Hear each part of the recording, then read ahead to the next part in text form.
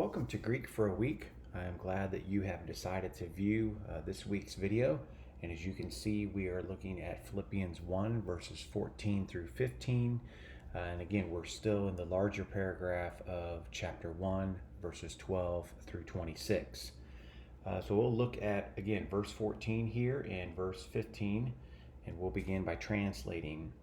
And many of the brethren, trusting in the Lord, by my imprisonment, to have far more courage without fear to speak the word.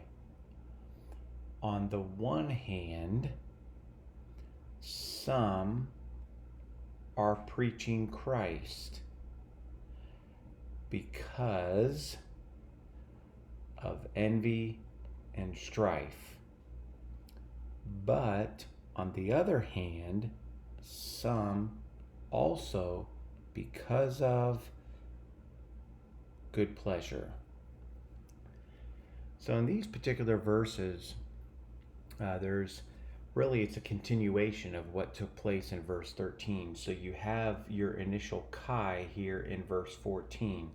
That actually is resuming the result clause of verse 13. So that kai there really provides us another result of Paul's imprisonment. If you recall in verse 13, the result of Paul's imprisonment was that the palace guard and the rest of everyone, it's where Christ was made evident.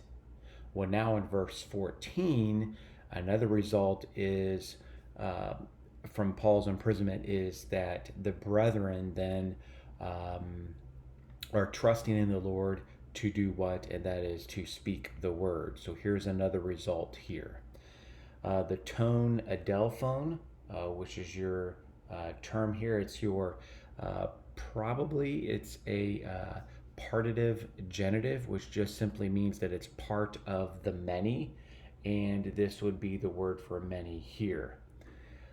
You have the pe poi thatas, that's your perfect active participle here, and it's masculine accusative plural of the verb peitho, and it's probably an adjectival participle that's describing the many of the brethren.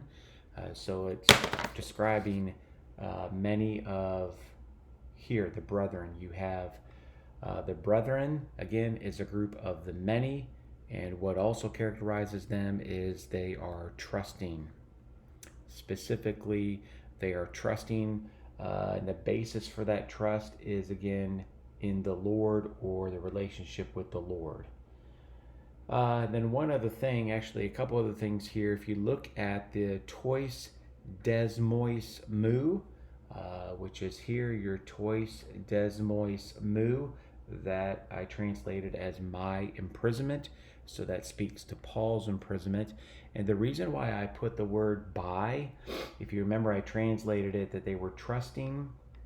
Here they were trusting in the Lord, and then by, I put the word by in here because I'm suggesting this tois desmois is a dative of means, probably the means by which they trusted or they had confidence, and therefore what did they do? They spoke the word, and that was by Paul's imprisonment as that means.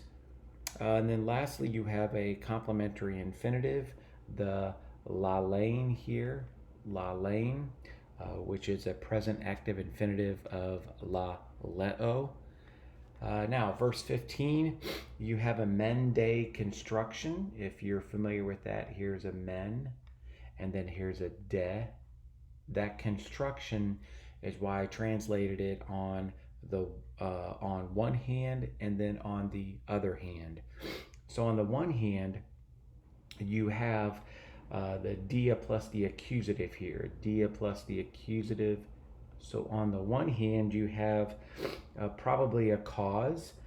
Some are preaching Christ because of envy and strife. That would be on the one hand. And then number two would be because of good pleasure. On the other hand, some are preaching Christ because of good pleasure. And then, of course, you have your susi, third person plural, present active indicative of keruso. They are preaching Christ. So this is third person plural here because of your ending, the usin ending. Third person plural, obviously, because of the word some here with your tenes. So again, trust this has been helpful. It's Paul's way again of moving the gospel forward. He kind of gives a couple of examples, if you will, in verse 13. All of the palace guard, as well as everyone else, their relationship with Christ was made evident because of his imprisonment. That also carries forward now into verse 14 and verse 15. That is, they're able to speak the word. Okay, and again, some are preaching Christ because of good pleasure. All right, trust that's been helpful. We'll see you next week as we move forward. Likely be verses 16 and 17.